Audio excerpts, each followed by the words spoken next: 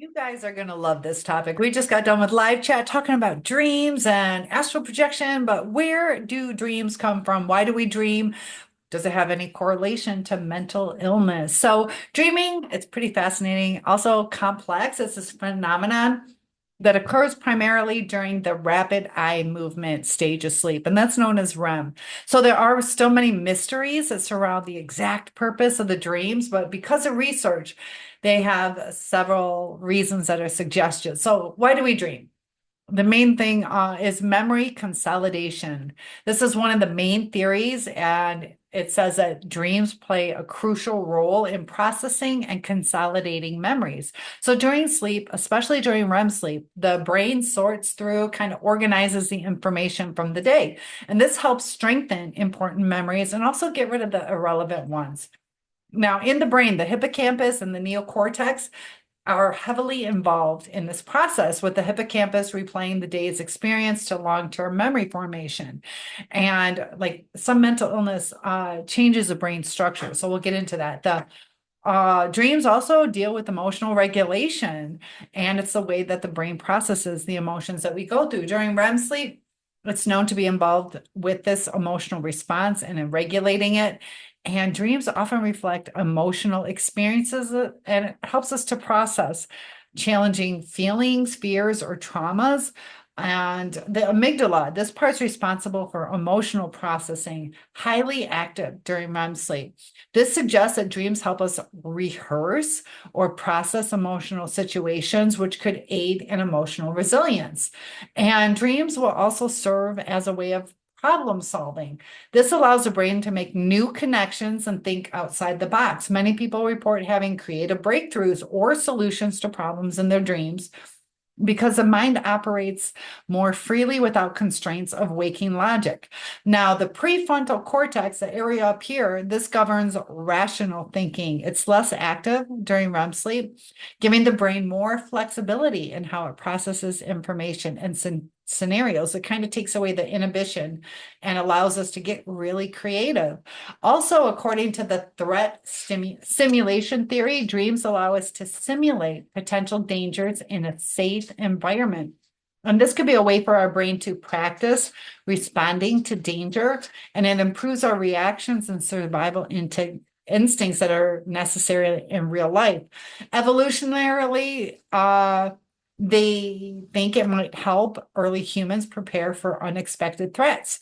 Now, the cognitive cleanup. Some theories propose that dreams are just the brain's way of cleaning house, removing unnecessary thoughts and the mental clutter that's accumulated during our day. Also, during this housekeeping, random images, thoughts, and emotions may be stitched together to form dreams. So, during the sleep activation stage of REM, because this is where dreams occur most vividly.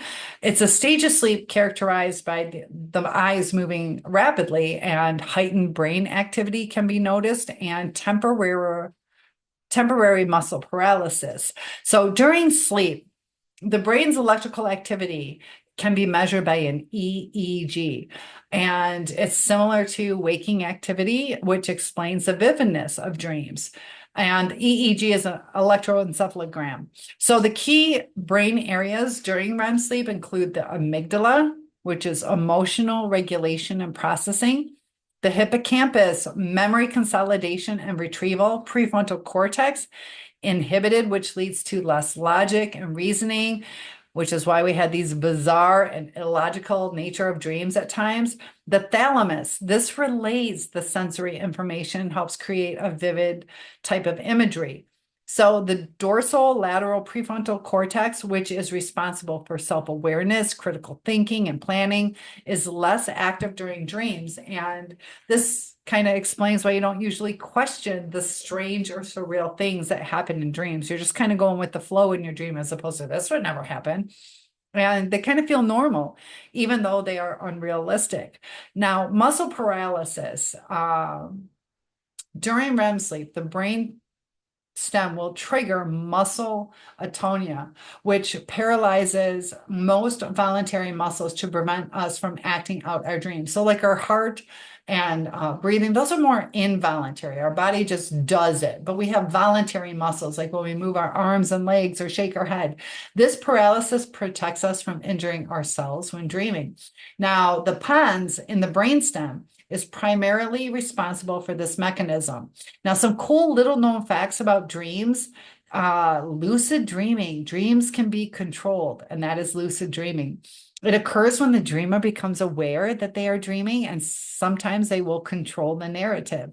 This happens when there's an unusual level of activity in that prefrontal cortex, which is normally inactive during REM sleep.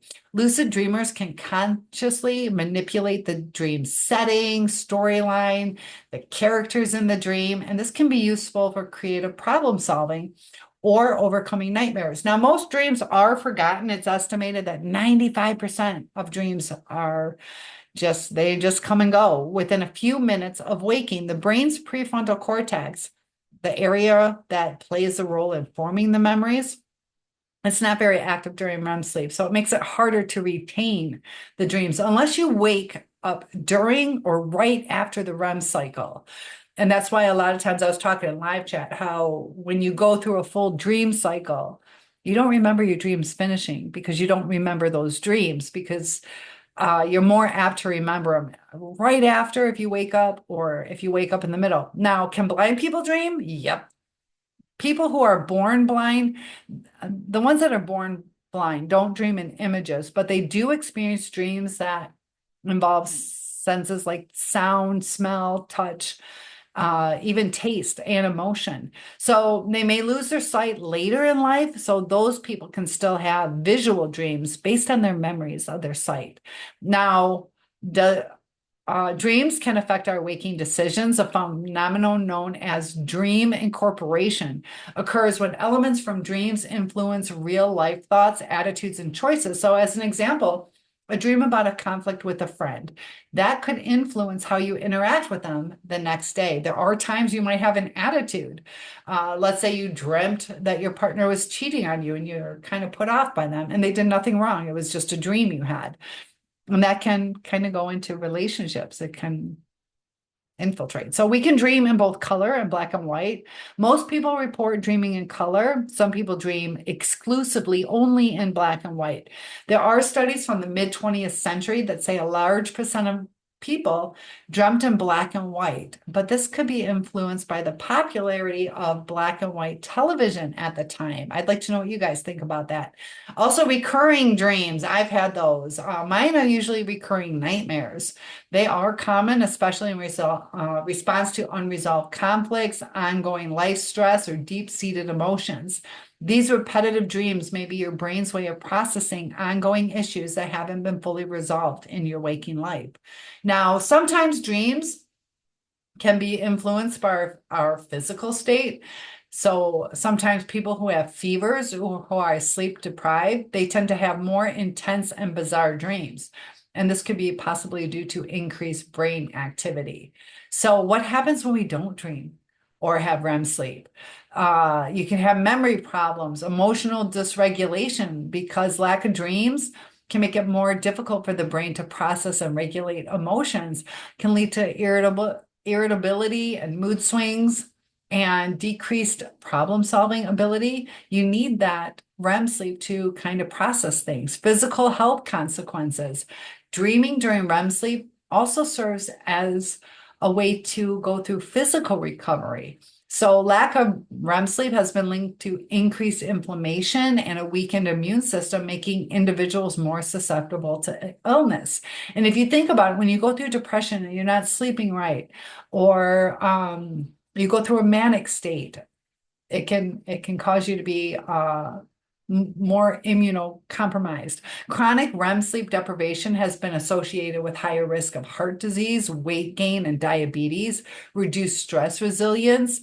Now, there is REM rebound. If you are consistently missing your REM sleep or don't dream for an extended period of time, the brain enters something called REM rebound. When you finally get a chance to sleep properly. During REM rebound, your body will try to make up for lost REM sleep by spending more time in that stage, and your dreams can become more vivid and intense. And I brought that up when I am extremely exhausted. I will go through a period of time where I have like 8 to 12 dreams in one night. And I'll do that for like 2, 3 days. That's when I know that I'm exhausted.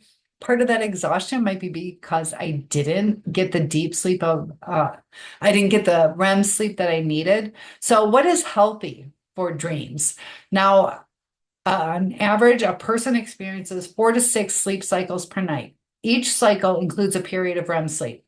So, REM sleep typically begins about 90 minutes after falling asleep and gets longer with each subsequent sleep cycle, peaking in the last few hours of sleep. It accounts for about 20 to 25% of total sleep in healthy adults.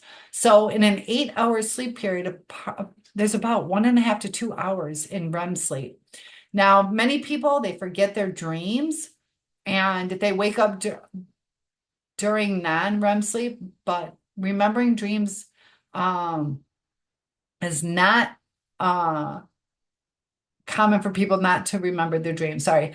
Sleep disorders and dreaming. Now, conditions like sleep apnea, where you stop breathing in the middle, or insomnia, where you struggle to fall and stay asleep, or even the use of certain medications such as antidepressants, they can disrupt REM sleep. And this reduces the time spent dreaming. People with sleep disorders often report having fewer dreams or lower quality sleep. And this can lead to negative health effects. So, what is considered healthy? 7 to 9 hours of sleep per night is optimal for most adults, should give you enough REM sleep phases. And it's not necessarily about the frequency of remembering your dreams, but rather than ensuring you get enough REM sleep. And like I said, it's about every 90 minutes. So, how to improve REM sleep? Establish a regular sleep schedule, reduce stress, create a sleep-friendly environment, which is a cool, dark, quiet environment, promotes deeper sleep and enhances REM cycles. Some people like white noise, kind of like a distraction, maybe a sound of waves or wind blowing. Also avoid alcohol and caffeine because that can disrupt REM sleep, reducing the amount of time spent dreaming. Get enough sleep overall. And this is the thing. Dreams are possibly connected to mental health, often reflecting emotional state and cognitive processes of someone. And changes in dreaming patterns, content, or frequency can sometimes serve as indicators of underlying psychological issues or be symptomatic of mental health disorders. So, depression and dreams.